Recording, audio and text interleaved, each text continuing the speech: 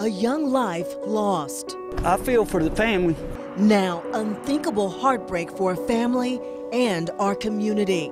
The body found is believed to be that of Maddox Ritch. A 6-year-old missing for days, found near the Gastonia Park, where his father says he ran from him, then vanished. This is not the end that we had hoped for.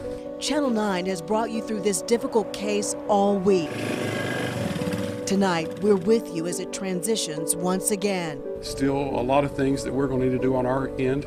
During the next 90 minutes, we look into the investigation and the unanswered questions as we all mourn the loss of Maddox Ritch. Precious little boy.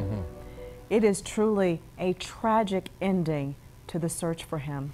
After desperate around-the-clock searches for Maddox that started back on Saturday, his body was found in a wooded area of Gastonia this afternoon in Long Creek. This is a look at that area where he was discovered off I-85. You can see Long Creek cutting through the middle of your screen there. His body was recovered along the creek just south of Flyer Park. We want to begin our special team coverage right now with anchor Allison Lottis, who just heard some new details from investigators. Yeah, Allison, you got a first call that crews had found the body today, and the sad news evolved from there. It did, Scott and Erica. Around 1 o'clock this afternoon, one of my sources contacted me with the heart-stopping news that searchers had found a body. At the time, they couldn't say for sure if it was Maddox, but about an hour later, Gastonia police delivered the devastating news. The 6-year-old's body was found in a creek. This was not the end of a nearly week-long search that hundreds of searchers and investigators had hoped and prayed for. The entire nation was watching the round-the-clock mission by air, ground, and water to find this little boy. This afternoon, announcing the tragic end brought the police chief to tears. Maddox Ritch, a beautiful young man, blonde hair, blue eyes, out walking this past Saturday with his dad, walking around the lake, looking at turtles, doing the things that a young man would do. And this is not the end that we'd hoped for. Every law enforcement officer who spoke today is absolutely heartbroken, and they said that the investigators are all having a very difficult time with the news that Maddox was found dead. In fact, a chaplain has already come here today to try to help them begin to grieve. Erica and Scott. Yes, Allison, you and I were here on the set live when we got the news, the official news conference where they made that announcement.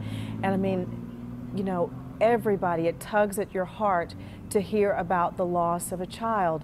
And during the news conference, once you got out there, you asked about, you know, tending to them and them talking with a chaplain. Have you seen the chaplain out there on the scene? Have you seen those law enforcement officers? Have you seen any of them really just break down? Because during all this, they were very close to doing so.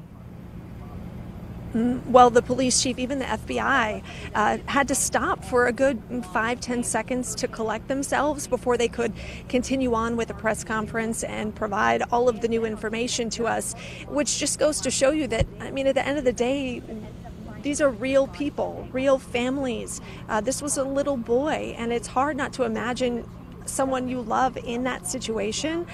When we pulled up here before the press conference at 4 o'clock, I did see a chaplain, and he said, "God bless you," to the media for what we've done this week to try to get the word out. And he said he would be praying for everyone. The entire community is just so shaken. There were over a dozen crews at this press conference today, national outlets as well. The whole country has been hoping that he would be found safe and sound, and that didn't happen today. Collectively, everyone will be grieving the loss of little Maddox, and we will all be, you know, staying with this to get the details about how he ended up there. So thank you, Allison, for being out there. Anchor Allison Lottis, we're going to continue to check back in with you again soon, and now I'll send it over to Scott. Yeah, Erica.